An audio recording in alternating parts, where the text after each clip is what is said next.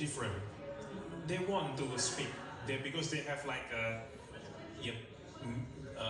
they have a dedications, they have patience. So I think I would say that reaching senior citizen is very strategic to help us. The National Movement of Citizens for Free Elections or NAMFREL, on the other hand, wants the COMELEC to issue an AI code of conduct.